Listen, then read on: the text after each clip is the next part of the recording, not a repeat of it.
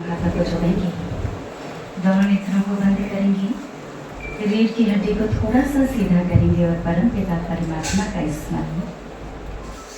ओम नमः सिद्धेभ्यः। ओम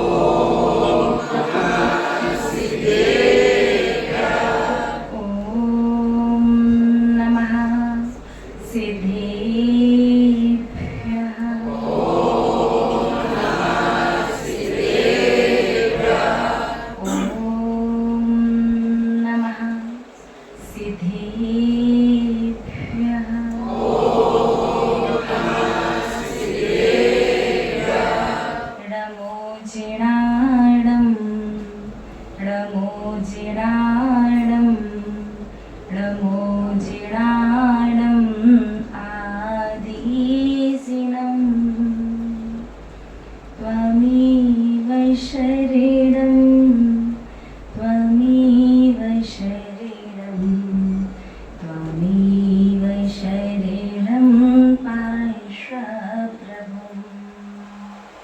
त्वमेव शरणं त्वमेव शरणं त्वमेव शरणं वीर प्रभु।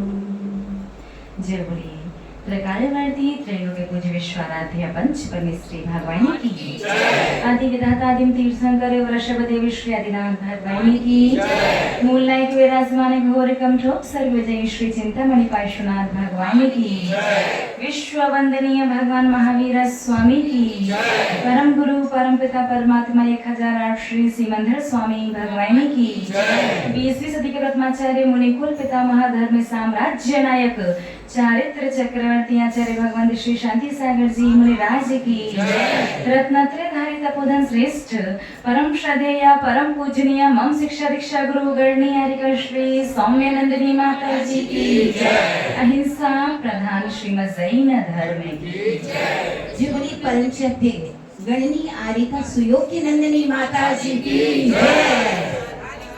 आरिका संदीपी धर्म स्नेही आप सभी भव्य महानुभाव, एक दिन सामायिक के दौरान हमारी मुलाकात कर्मों से हुई। एक दिन हमारी मुलाकात कर्मों से हुई और हमने कर्मों से कहा कि कर्म तुम बड़े पक्षपाती हो, बहुत पक्षपात करते हो, भेदभाव करते हो। बहुत सारे व्यक्ति मिलकर के एक ही समय पर एक साथ धर्म करते हैं, फिर भी तुम सभी को अलग अलग प्रकार से फल देते हो। किसी को कम, किसी को ज्यादा, किसी को बहुत कम और किसी को बहुत ज्यादा। तो तुम्हें पक्षपात करना शोभा नहीं देता।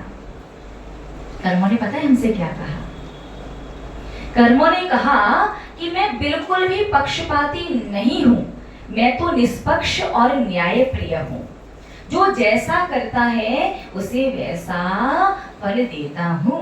ये संसारी प्राणी जो दावा करते हैं बहुत बड़ा धर्मात्मा होने का, जो कहते हैं कि मैं तो कई वर्षों से धर्म कर रहा हूं, घंटों का लंबा चौड़ा बहुत विशेष धर्म कर रहा हूं, यही संसारी प्राणी पता है कैसा धर्म करते हैं?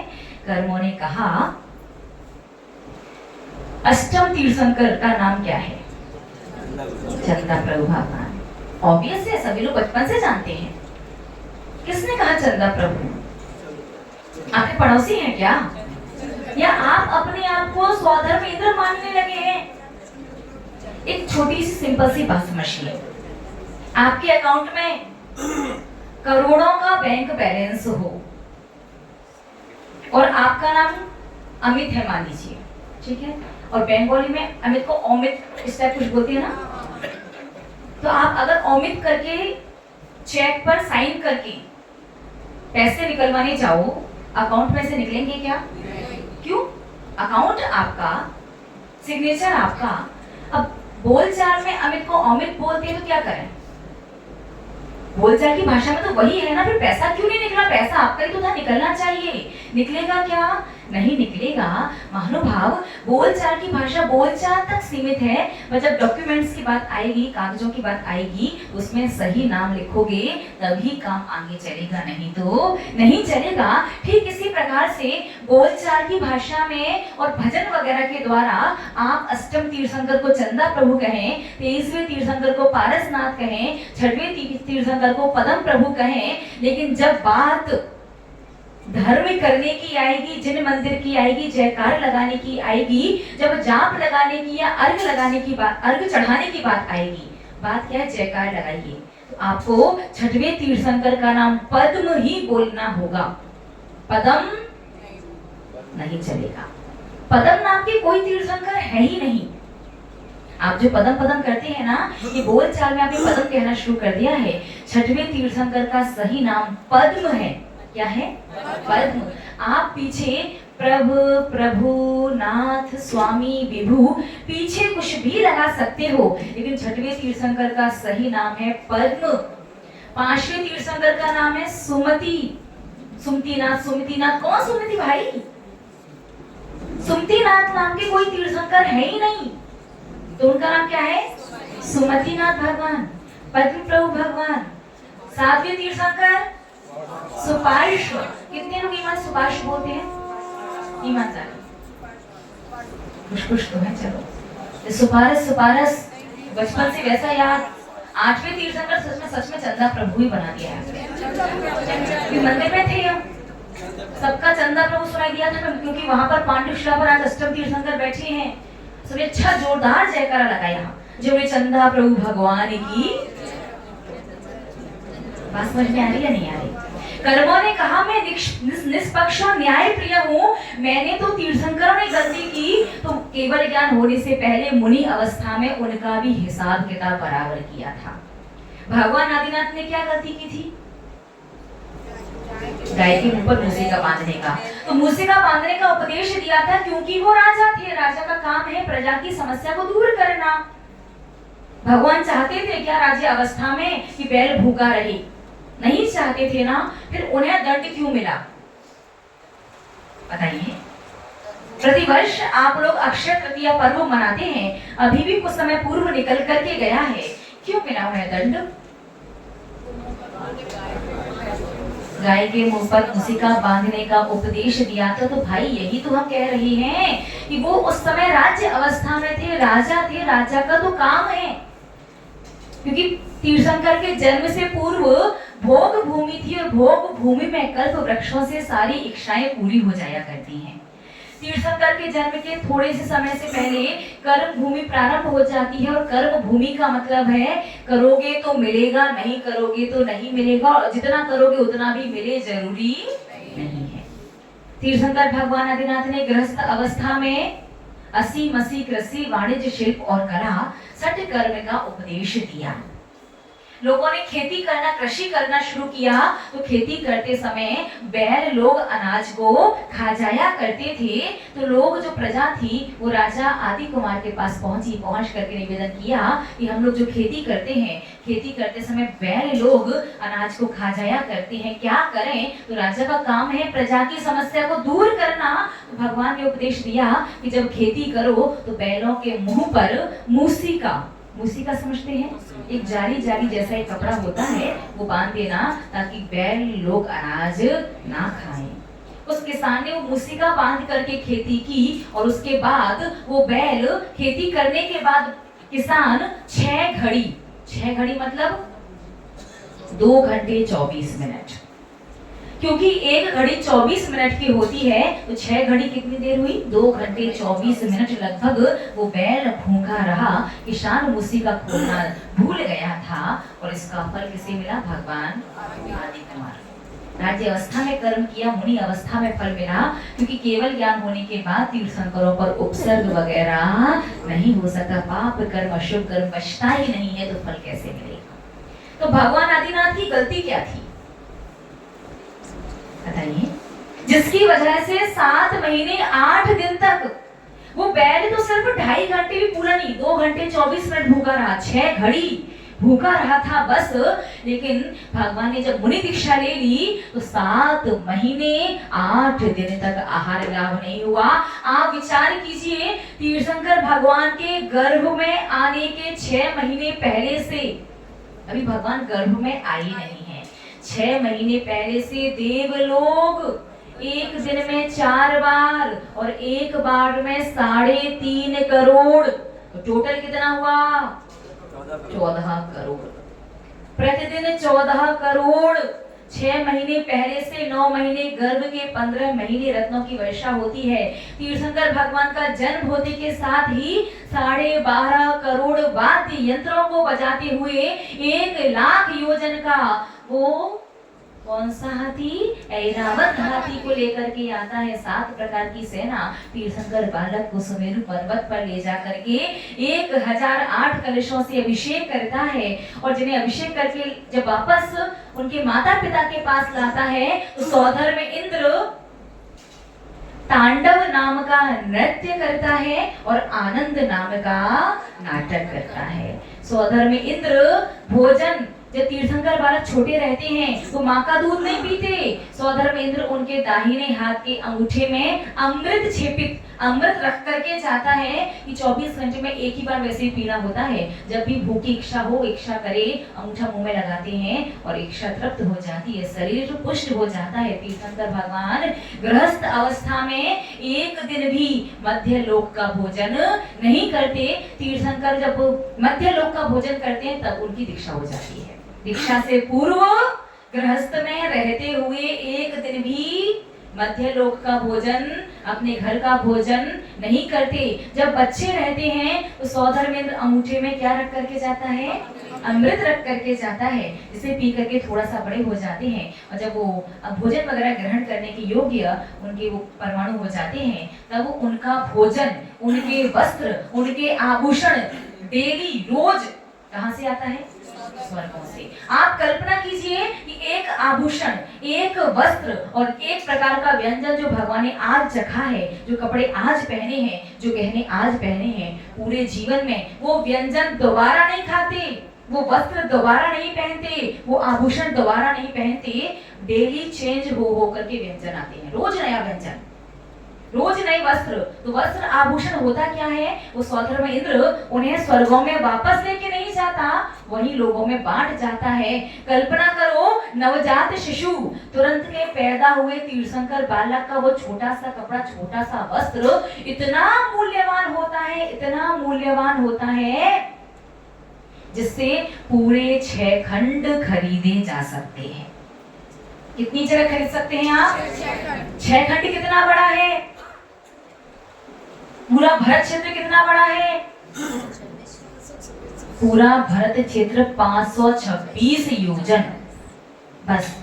और आपका जो भारत देश है और जितने भी 250-300 विदेश वगैरह हैं जिसे आप दुनिया कहते हो, ये देश और विदेश मिलकर के कितनी जगह में आ जाते हैं? मात्र 2.5 योजन। आपका भारत देश और 250-300 विदेश जो भी हैं, जिसे आप पूरी दुनिया कहते हो, पूरी दुनिया कितनी जगह में आ जाती है? मात्र 2.5 योजन में। पूरा भरत क्षेत्र 526 योजन का। तीर्थंकर बालक नवजात शिशु का कपड़ा कितना मूल्यवान कि 526 योजन की पूरी जमीन खरीद लो। सोचो कितनी जमीन होगी। आपका भारत देश ही कितना बड़ा है, पूरा विदेश सब कुछ मिलाकर के तो कितनी बड़ी दुनिया आपको लगती है। और ये तो मात्र कितने योजन में आ गया? 2.5 योजन में। और पूरा भरत क्षेत्र 526 योजन। समझ में आ रहा है कि वो नवजात शिशु का वस्त्र भी कितना कॉस्टली, कितना मूल्यवान, आभूषण कितने मूल्यवान होंगे। सौधर में वापस लेके नहीं जाता, एक बार जो भोजन लाया दोबारा भोजन को आता नहीं है। भगवान आदिनाथ की उम्र कितनी थी? 84 लाख पूर्व। 84 लाख पूर्व का मतलब क्या होता है? 84 लाख वर्षों का एक पूर्वांग। 84 लाख पूर्वांगों का एक पूर्व होता है। तो भगवान की उम्र अगर आप निकालो तो ऐसे निकालोगे, 84 लाख इंटू 84 लाख इंटू 84 लाख, इतने वर्षों की भगवान की उम्र थी। इतने वर्ष कितना करोगे? 84 लाख इंटू 84 लाख इंटू 84 लाख जो संख्या निकल करके आएगी उतनी वर्ष की तो भगवान आदिनाथ की उम्र थी। उसमें भगवान आदिनाथ गृहस्थ अवस्था में कितने समय रहे? 83 लाख पूर्व। मतलब भगवान ने कितने प्रकार के व्यंजन चखे काउंट करना। 84 lakh into 84 lakh into 83 lakh into 365, क्योंकि एक साल में 365 दिन होते हैं। क्या करना है आपको? 84 lakh into 84 lakh into 83 lakh into 365। जो दिन संख्या निकल करके आए उतने दिन उतने प्रकार के भगवान आदिनाथ ने व्यंजन चखे और छोड़ करके जाकर के दीक्षा लेके कल्याण कर लिया। आप तो उतने तो छोड़ो, 56 भोग जो करते हो ना, कहते हो 56 भोग के नाम ही गिना दो।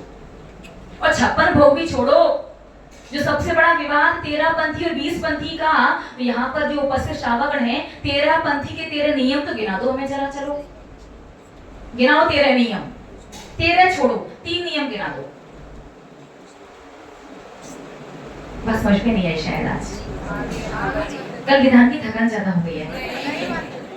जिस बात को लेकर के लड़ते हो, झगड़ते हो, विवाद करते हो, उस 13 पंथी में 13 नियम, 20 पंथी के 20 नियम, 13 तो छोड़ो, हम तो कह रहे 3 नियम गिनाओ। चलो गिनाना भी छोड़ दो। आप ईमानदारी बताओ कि आज तक कभी आपने 3 नियम कहीं आप बता रहे हैं कि नियम? चलो गिनाना तो छोड़ो, आप यही बता दो कि आज तक कभी आपने कहीं पढ़े भी है कि 13 पंथी के 13 नियम ये रहे? आश्चर्य की बात है ना।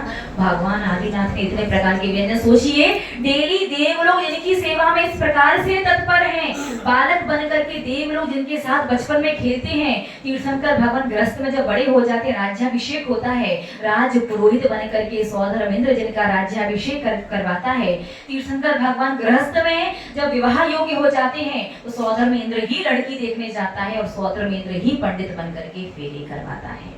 जिनके सारे कार्य स्वर्गों के देव लोग सौधर्मेंद्र इत्यादि करते हैं। आप कल्पना करो, वही 7 महीने 8 दिन तक भगवान रोज मुद्रा लेकर के जा रहे हैं।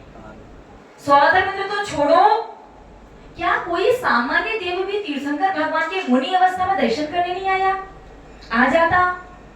देवों के पास तो अवधि ज्ञान लगा रहे थे कि हमारे भगवान भूखे मुद्रा लेकर के, वैसे भगवान को भोजन की आहार की आवश्यकता होती नहीं है, लेकिन मुनि धर्म का, मुनि मार्ग का प्रचलन करने के लिए तीर्थंकर भगवान मुनि अवस्था में आहार ग्रहण करते हैं। क्योंकि अगर तीर्थंकर भगवान मुनि अवस्था में आहार ग्रहण नहीं करेंगे, ये दुनिया ऐसी है कि जब भी कोई साधु दीक्षा लेगा और दीक्षा लेकर के भी देखो, तीर्थंकर का तो वज्र वशर नाराज सेनन उत्कृष्ट शक्ति है, सारी चीजें हैं, वो तो भोजन नहीं करे उनका काम चल जाएगा, लेकिन हीन सहनन वाले भोजन नहीं करेंगे, आहार नहीं करेंगे, उनकी तो समाधि हो जाएगी। तो जब कोई दीक्षा लेगा तो दुनिया वाले कैसे लोग हैं, वो लोग कहेंगे कि आप लोग तीर्थंकर के मार्ग का पालन कर रहे हैं, उनके रास्ते पर चल रहे हैं, भगवान ने आहार नहीं किए थे, आप भी जीवन पर्यंत का उपवास करो। ये दुनिया साधुओं की समाधि करवा दे। इसलिए मुनि धर्म का प्रश्न करने के लिए मात्र तीर्थंकर भगवान मुनि अवस्था में आहार करते हैं, ताकि लोगों को ये पता रहे कि शक्ति, सामर्थ्य और सहनन कम है तो आहार 24 घंटे में एक बार भोजन ग्रहण किया जा सकता है। आप कल्पना करो, निरंतर जिनकी सेवा में हजारों लाखों करोड़ों देव लोग जिनकी सेवा में तत्पर हैं, 7 महीने 8 दिन तक एक छोटे से छोटा देव भी क्या उनके दर्शन करने नहीं आया, या उनके पास नहीं आया, या देवों का उस समय अवधि ज्ञान काम नहीं कर रहा था? क्या था? सिर्फ कर्म का उदय। कर्म का उदय भी कैसा? वो राज्य अवस्था में थे, प्रजा उनके पास आई, उन्हें उपदेश दिया, किसान की गलती की वजह से बैल भूखा रहा, उसका फल भगवान को क्यों भोगना पड़ा? क्योंकि भगवान ने आधा अधूरा उपदेश दिया। ये तो कहा कि बैल लोग अनाज खा लेते हैं, मूसिका बांध देना, लेकिन ये नहीं कहा कि काम होने के बाद मूसिका खोल भी देना। देखो भाई, कॉमन सेंस की बात होती है, कुछ तो दिमाग भी लगाना चाहिए ना। अब हर बात थोड़ी कही जाती है, लेकिन नहीं, माँ जिलवाड़ी कहती है कि उपदेश देने का अधिकारी हर एक व्यक्ति नहीं हो सकता, हर एक व्यक्ति वक्ता नहीं हो सकता। आजकल तो जिसे देख वो पंडित, वो वक्ता, श्रोता कोई बनना ही नहीं चाहता। सब ज्ञानी पंडित विद्वान बैठे, सब वक्ता हैं, और डर भी नहीं लगता। आप लोग बड़े निडर साहसी शूरवीर हैं भाई। सोचिए, कल्पना कीजिए, जब भगवान चाहते नहीं थे कि बैल भूखा रहे, कोई उद्देश्य नहीं था, मन में किसी प्रकार की भावना नहीं थी। किसान की गलती की वजह से रहा, लेकिन भगवान की गलती थी कि राज्य अवस्था में उन्होंने पूरा उपदेश नहीं दिया, जिसकी वजह से वो 2 घंटे 24 मिनट का कर्म तीर्थंकर जैसे पुण्यात्मा जी को भी 7 महीने 8 दिन तक भोगना पड़ा। फिर आप लोग तो पूरा मन वचन काय से पाप करते हो, और उपदेश देंगे तो देख लो भाई अपना अपना उपदेश। जब तक कोई आपसे सलाह ना मांगे, कोई आपसे पूछे ना, तब तक हम यही कहेंगे देने का प्रयास मत करना। आप ये मत सोचो कि आप 4 लोगों के सामने 2 अच्छी अच्छी बड़ी बड़ी बातें कह दोगे तो लोग आपको बड़ा विद्वान, पंडित, समझदार और योग्य, बड़ा केवल ज्ञानी, अवधि ज्ञानी समझने लगेंगे। ऐसा नहीं है। ये कहने सुनने की 2-4 दिन की बातें होती हैं। महानुभाव, जब भी कोई भी बात कहो या बोलो, उस बात का पूरा ज्ञान प्राप्त कर लेना। अगर आधा अधूरा उपदेश आपने दिया और आपकी बात को सुन करके अगर सामने वाले ने आधा अधूरा काम किया, उसकी सारी गलती किसके खाते में जाएगी? उपदेश देने वाले के खाते में 85% गलती जाएगी, और 15% जो कर रहा है उसकी गलती रहेगी। उसका फल उसे भोगना होगा, क्योंकि जो कर रहा है उसके पास भी तो बुद्धि और विवेक है। माँ जिनवाणी का आश्रय ले, उसमें से खोजे, ढूंढे, उसके बाद सही क्रिया करे। और अगर आपको पूरी बात का ज्ञान नहीं है, फिर भी कभी कोई पूछता है, कुछ कहना होता है, हमेशा इस प्रकार से कहें कि भैया मैं इतना जानता हूँ, मुझे इतना पता है, बाकी इससे आगे पीछे भी कुछ और भी हो सकता है। ये मत कहें कभी कि इतना ही है, ऐसा ही है, बाकी कुछ है ही नहीं। बात समझ में आई? इसीलिए उपदेश देने का अधिकारी हर कोई नहीं हो सकता, हर एक व्यक्ति वक्ता नहीं हो सकता। चारों अनियमों के हिसाब से उसे सही और उतना ज्ञान हो जितने से व्यक्ति भ्रमित ना हो, गलत रास्ते पर ना जाए, तभी व्यक्ति उपदेश दे सकता है। नहीं तो भाई नीचे बहुत सारी जगह खाली है। वैसे ये सच में शास्त्रों को स्वाध्याय करोगे, पढ़ोगे तो जान पाओगे कि पंचम काल के अधिकांश जीव नरक जाएंगे। 6वें काल तो लगभग सारे जाएंगे। पंचम काल की अधिकांश क्यों? क्योंकि पंचम काल का भी तो हुंडाओ सर्पणी काल, ऊपर से पाप काल, पाप की बहुलता, पाप के प्रति आकर्षण, पाप के फल को जब लोग फलता फूलता खुशहाल होते देखेंगे तो पाप के ओर ऑटोमेटिक आकर्षित होंगे। अगर लगभग मोटा मोटा आइडिया लगाया जाए ना, तो लगभग पंचम काल के 95% लोग नरक जाएंगे। नरक में भूत वगैरह सब मिला लो, 95%। 3% लोग त्रियंच पर्याय में जाएंगे, 1.5% मनुष्य गति में जाएंगे, और आधा % है जो सिर्फ देव पर्याय प्राप्त करेंगे। समझ गए? आप लोग कह रहे हैं आप लोग आधा % में आते हैं, ये समझ में?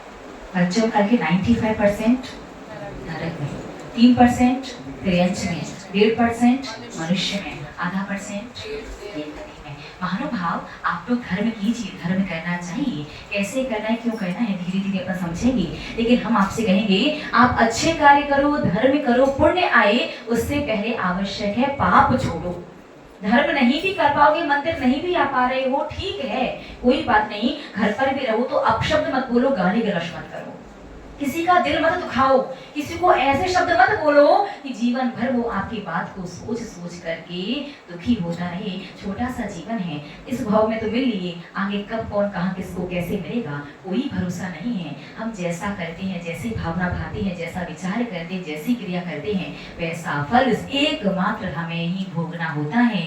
हमारे कर्मों का फल भोगने कभी कोई दूसरा व्यक्ति नहीं आता। इससे बहुत सावधान हो जाइए, सोच समझ के कीजिए। ये तो हमारी बोलचाल की भाषा है, बचपन से ऐसा ही कर रहे हैं, अब ऐसा नहीं चलेगा। कर्मों ने कहा मैं निष्पक्ष और न्याय प्रिय हूँ। ये श्रावक लोग जो हैं, पंचम काल के व्यक्ति, तीर्थंकर का नाम तो सही से लेते नहीं है। 5वें तीर्थंकर सुमतिनाथ कहते हैं, ओम सुमतिनाथ जनेन्द्राय अनुपामिति स्वाहा। अब सुमतिनाथ नाम के कोई तीर्थंकर है ही नहीं। यद्यपि हमारा जैन धर्म भाव प्रधानी धर्म है। कौन सा धर्म है? भाव प्रधानी, यानी भावों की अधिकता है। भावों के माध्यम से ही ज्यादा कर्मों की निर्जरा है और ज्यादा कर्मों का बंध है। लेकिन हमेशा याद रखिए, भाव आते हैं बाद में, पहले आता है आपका काय और वचन, क्रिया और वचन पहले आते हैं, उसके बाद भाव आता है। भाव प्रधानी अगर कहने लग गए तो आप दीक्षा मत लो और साधु से अच्छी चर्या घर में पाल लो और मोक्ष जाकर के दिखाओ। नहीं जा पाओगे। मोक्ष जाने के लिए मुनिव्रत धारण करने ही होंगी, क्रिया वचन, उसके बाद मन, तभी जाकर के पूर्ण और विशेष फल को प्राप्त कर पाएंगे। यद्यपि हमारा धर्म भाव प्रधानी है, आप मन में तो यही सोच रहे हैं कि मैं पंचम तीर्थंकर का जयकार लगा रहा हूँ, पंचम तीर्थंकर को अर्घ चढ़ा रहा हूँ, तो थोड़ा बहुत फल तो मिलेगा, लेकिन सही नाम नहीं लोगे। जैसे अकाउंट में पैसे आपके हैं, अकाउंट भी आपका है, साइन भी आपने किया है, ये सही नाम नहीं लिखा तो पैसे नहीं निकली। ठीक इसी प्रकार से सही नाम नहीं लेंगे, बोलचाल में आप कुछ भी कहें, भजनों में आप कैसे भी नाम लें, लेकिन जब मंदिर में प्रवेश करें, जब उनका जयकार लगाएं, जब उनका अभिषेक करें, जब उनको अर्घ चढ़ाएं, जब उनकी जाप लगाएं, तो आपको पांचवें तीर्थंकर का नाम सुमतिनाथ, छठवें तीर्थंकर पद्म प्रभु, सातवें तीर्थंकर सुपार्श्वनाथ, आठवें तीर्थंकर चंद्र, उनका नाम सही है चंद्र, पीछे आप पुष्पी चंद्र प्रभु, चंद्र प्रभ, चंद्र स्वामी, चंद्रनाथ, पीछे पुष्पी लगा दीजिए, नाम है चंद्र। 12वें तीर्थंकर वासु पूज्य, वासु पूज्य। 17वें तीर्थंकर कुंथुनाथ, कुंथनाथ नहीं है कुंथुनाथ। 18वें तीर्थंकर को लेकर के तो जिनवाणी में भी दो नाम आते हैं, अरनाथ और अरहनाथ, लेकिन सौंदरवेंद्र ने जो सुमेरु पर्वत पर लिखा था, रखा था, वो दो ही अक्षर का नाम है अरनाथ, अ और र, अरनाथ। ये 18वें तीर्थंकर का बिल्कुल सही नाम है। आप 60-70 वर्ष पहले की जिनवाणियों को देखेंगे, या पूजन पीठिका, विनय पाठ वाली जो पूजन पीठिका है, उसमें स्वस्ति मंगल पाठ आता है 24 तीर्थंकर का, उसमें 24 तीर्थंकर के बिल्कुल सही नाम लिखे हुए हैं। उसके बाद जो कुछ पंडित विद्वान लोग आप लोगों जैसे आए, थोड़ी नहीं आप लोग अच्छी हैं, वो घर घर वाले जो पंडित होते हैं, जो इस भ्रांति में रहते हैं, वो बहुत बड़े विद्वान हैं, ऐसे लोग आए। पहले प्रिंटिंग की सुविधा इतनी आसानी से उपलब्ध नहीं थी, बहुत मुश्किल से पुस्तकें छपाई होती थी,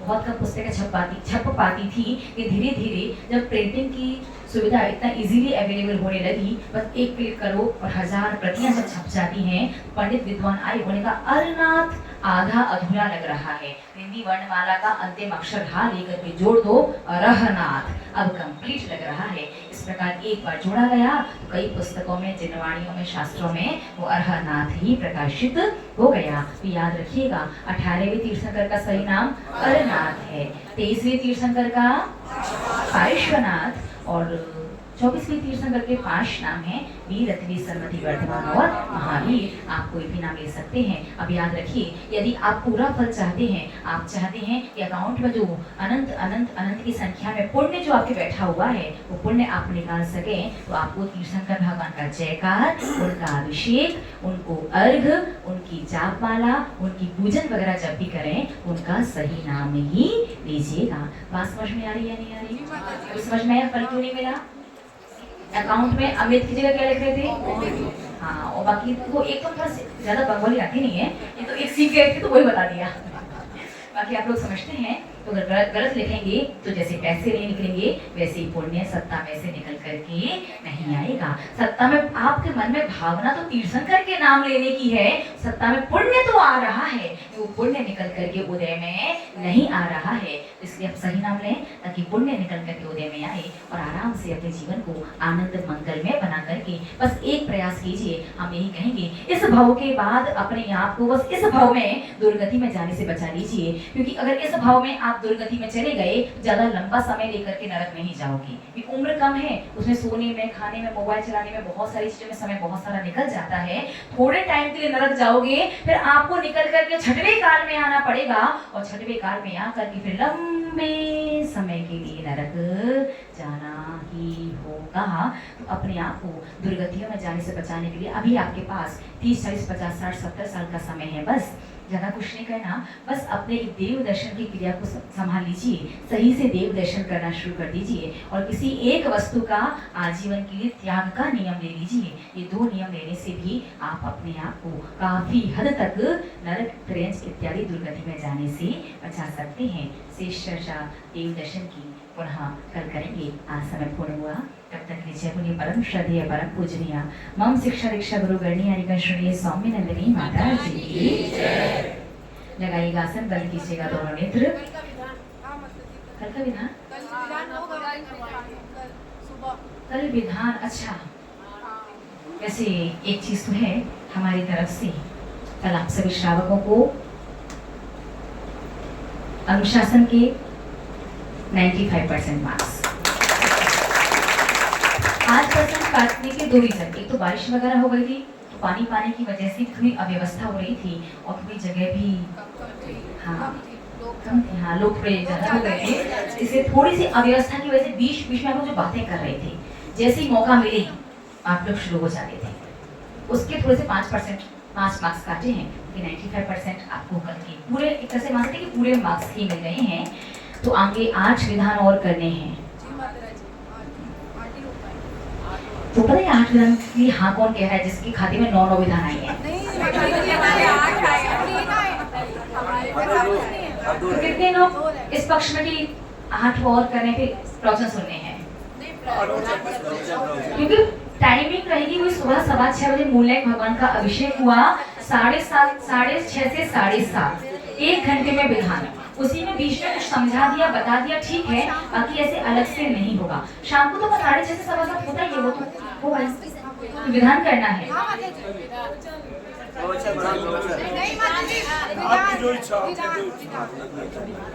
ओम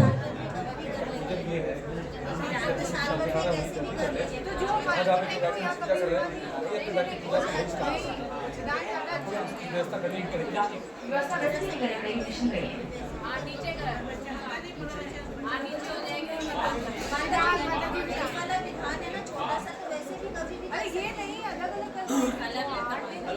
क्या करना है? विधान ही करवा रहे हैं, थोड़ी बहुत 5-10 मिनट का उपदेश उसी में बीच में बता रहे समझा रहे। फिर प्रॉपर देव दर्शन का विषय नहीं चलेगा, इतना ध्यान रखना कि प्रॉपर देव दर्शन के विषय के लिए डेली कम से कम आधा घंटा तो 25 मिनट तो चाहिए है, तब वो धीरे धीरे टॉपिक कंप्लीट होगा। तो कितने लोग पक्ष में हैं कि विधान ना हो, प्रवचन हो? हाथ खड़े करो। असमंजस की स्थिति हो गई।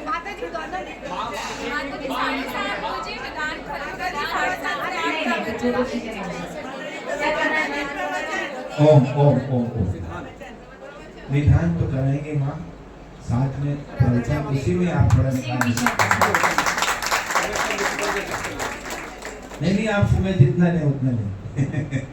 तो कल के विधान के लिए आपको अपने अपने घर से 45 मिट्टी के दीपक लेकर के आने, 45 मिट्टी के छोटे साइज के लेके आना, ज्यादा बड़े नहीं होने चाहिए। पानी से धो करके घी, बाती, माचिस और दीपक अपने घर से लेकर के आना, और घी इतना लाना बस कि वो जो बाती रहेगी बस वो घी से गीली हो, बाकी 2-5-10 मिनट तक, आधा घंटे तक दीपक जलता ना रहे। दीपक चढ़ा और भले बुझ जाए कोई फर्क नहीं पड़ता। तो 45 दीपक लेकर के आएंगे। और द्रव्य के लिए आप ऐसा कीजिए, हर विधान के द्रव्य के पैसे आपको मंदिर व्यवस्थापक जो है उन्हें एक साथ ला करके दे दीजिएगा, उस हिसाब से वो, ताकि द्रव्य एक साथ ला करके द्रव्य की व्यवस्था आप लोगों को बनानी होगी। कैसी क्या व्यवस्था करनी है अभी वहाँ ऊपर बता देते हैं।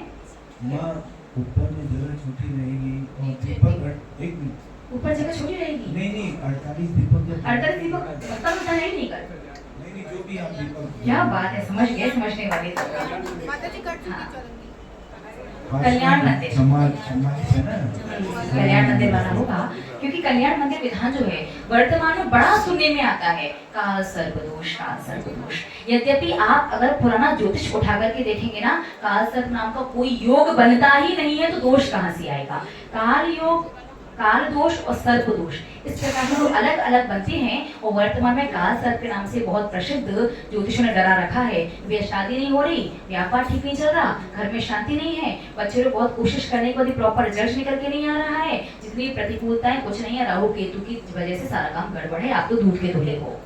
बहुत प्रकार की भ्रांति वगैरह, विकल्प वगैरह चलते हैं। सबसे श्रेष्ठ आचार्य भगवंत ने कहा, भगवान पार्श्वनाथ 6वीं शताब्दी में, चलो इसकी स्टोरी कल बताएंगे, आज समय हो जाएगा। तो कल्याण मंदिर विधान का मतलब क्या है, उसका फल क्या मिलता है, बहुत विशेष है। जिसका प्रायश्चित का विधान है वो तो आएंगे ही आएंगे, साथ में जिसका प्रायश्चित का नहीं है वो भी बैठिएगा। कि हमें लगता है पहली बार दीपक के माध्यम से और द्रव्य के माध्यम से आप कल्याण मंदिर विधान करने वाले हैं। तो जीवन में जो संकट है, जो उपसर्गमय संकट है, मतलब अनवांटेड, बिना चाहे बिना बुलाए जो मेहमान है, जो संकट आ जाते हैं, उनका निवारण या निराकरण आपको करना है 80% तक। तो कल के विधान में आपको हम क्यों कहें आना चाहिए, आए या ना आए, चॉइस आपकी। मंडल बनेगा क्या? हाँ वो हम अभी ऊपर चल के बताते हैं कैसी कैसी क्या व्यवस्था करनी है नहीं, आपको, ठीक है? 48 चम्मा वो नीचे दीपक ऊपर बताते हैं। आप लोग को क्या करना है, आप लोग तो बस दीपक घी बाती माचिस लेकर के ठीक समय पर 6:10 पर मंदिर जी पहुंच जाइएगा। ये बाद में डिस्टर्बेंस का ना करिएगा, और मतलब जो बात में आते हैं आ सकते हैं 6:30 बजे विधान शुरू होगा, ताकि 7:30 और लास्ट 7:45 बजे आपको फ्री करके छोड़ दिया जाए। कुछ करें। मिट्टी, हाँ आप चांदी सोने रत्नों के भी लेके आ सकते हैं, लेकिन मंदिर में छोड़ करके जाने होंगे, वापस नहीं ले जा सकते। एक परिवार मिल करके 45 दीपक लेकर के आएगा। एक एक व्यक्ति अपने में 45 नहीं, पूरा परिवार